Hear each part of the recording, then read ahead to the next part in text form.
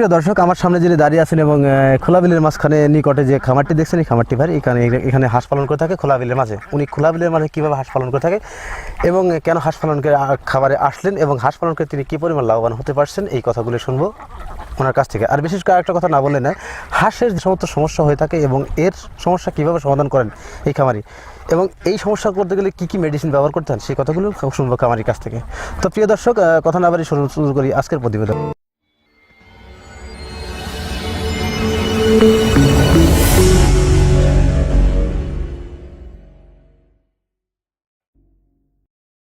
ভালো আছেন ভাই? আলহামদুলিল্লাহ। আপনার নাম কি ভাই?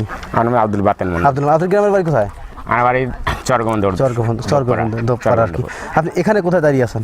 এখানে আমি সারি উঠার দোপপাড়া গাজনাবিলি। আপনি এখানে কতগুলো হাঁস আছে এখন? এখানে আছে 1050-55টা। এখান এই হাঁসগুলো বড় কিনছিলেন না ছোট কিনছিলেন? এটা একদিনকার বাচ্চা। একদিনকার বাচ্চা কিনছিলেন? একদিনকার বাচ্চা কোথা থেকে সংগ্রহ করছিলেন আপনি? এটা আমরা উল্লাপাড়া বোধগাছা থেকে আনি।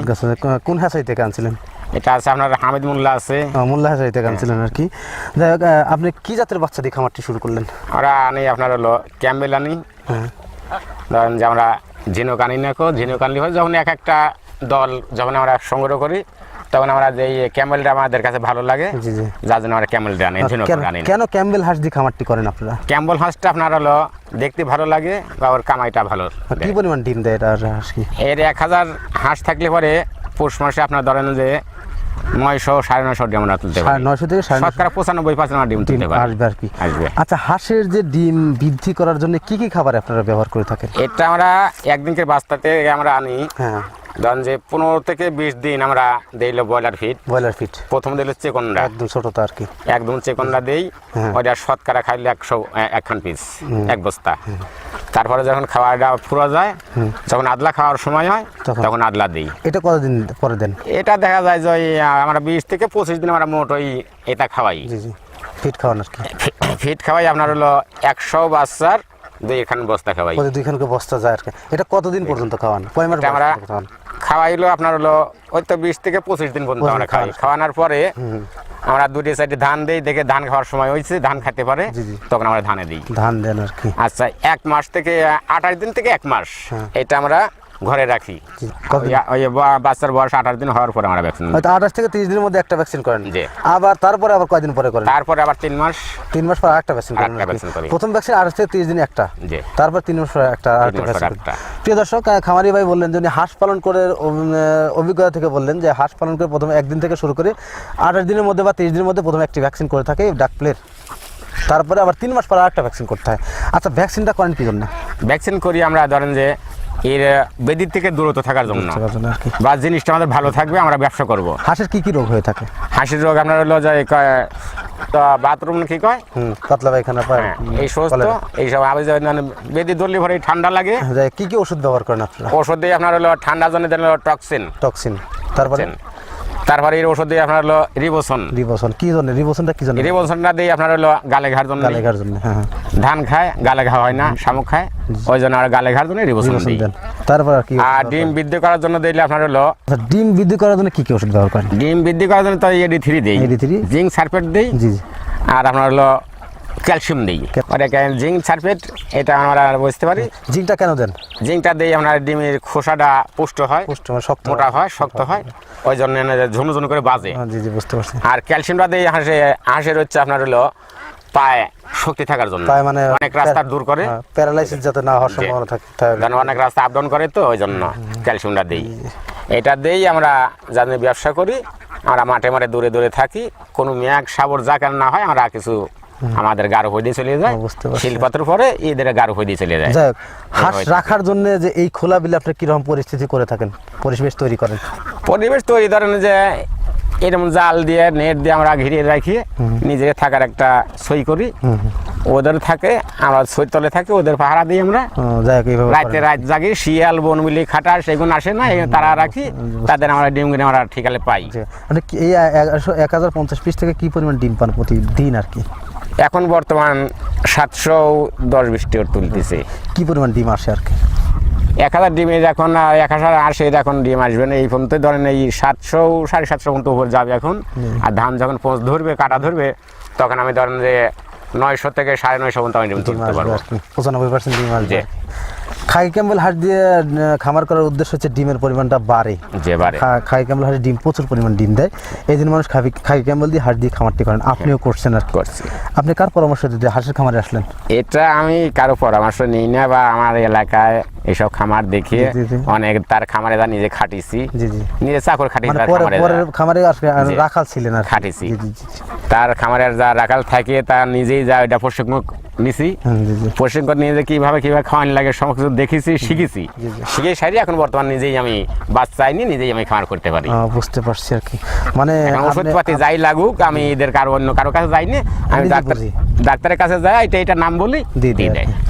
প্রিয় দর্শক, খামারি ভাই বললেন যে উনি হাঁস পালন করার অভিজ্ঞতা উনি পরের বাড়িতে মানে অন্যের বাড়িতে রাখাল হাঁসের খামারের সাথে রাখাল ছিলেন, হাঁস পালন করার সাথে জড়িত ছিলেন। ওইগুলো দেখতে দেখতে উনি এখন নিজেই খামারের মালিক। ওনার এখানে এখন 1050 পিস হাঁস আছে, যা থেকে প্রতিদিন ডিম দেয় 700 পিস। তো 700 পিস ডিম মাসে প্রতিদিন 7000টার মতো ডিম বিক্রি করেন এই খামারি। তো প্রতিদিন 7000টা ডিম বিক্রি করার পরে আপনি কী পরিমাণ খরচ হয় এই হাঁসের পাশে? এখন খরচ এখন যে এর মুখে মুখে বাঁচবে, বুঝছেন, এখন আমাদের লাভ হবে না। এখন এটা প্রতিদিন 3 মণ ধান লাগতেছে, জি, জি। 3টে লোক আছে, 3টে লোকের বেতন হলো 40,000 টাকা দেওয়া লাগে। এখন আর মুখে মুখে আছে, জি, এখন আমাদের কোনো লাভ হবে না।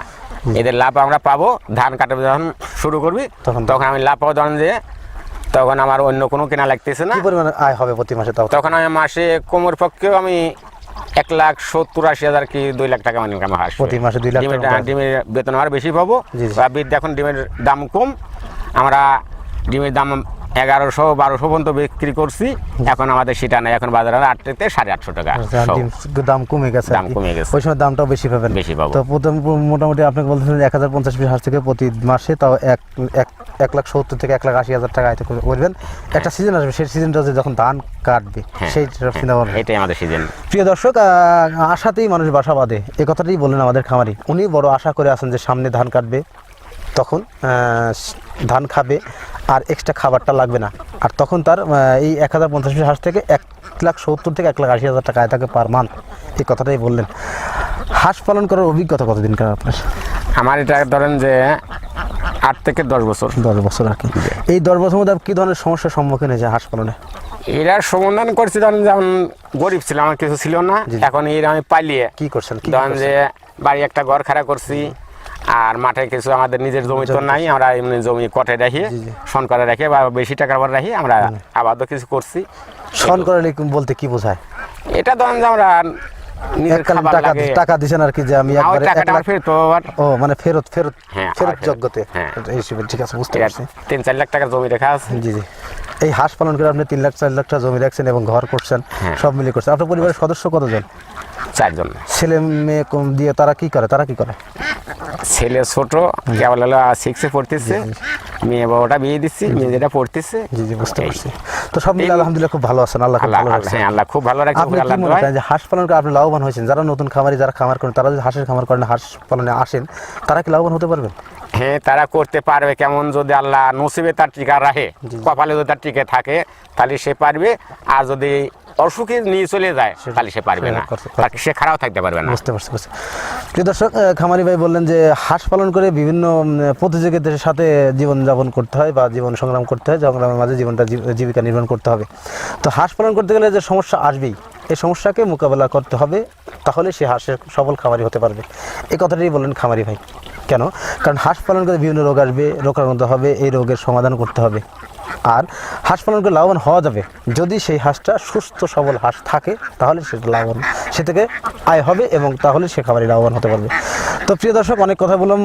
খোলাবিলের মাঠে অনেক রোদ, তার মধ্যে দাঁড়িয়ে আপনাদের জন্য কষ্ট করে একটা ভিডিও তৈরি করতে আসছি শিক্ষণীয়।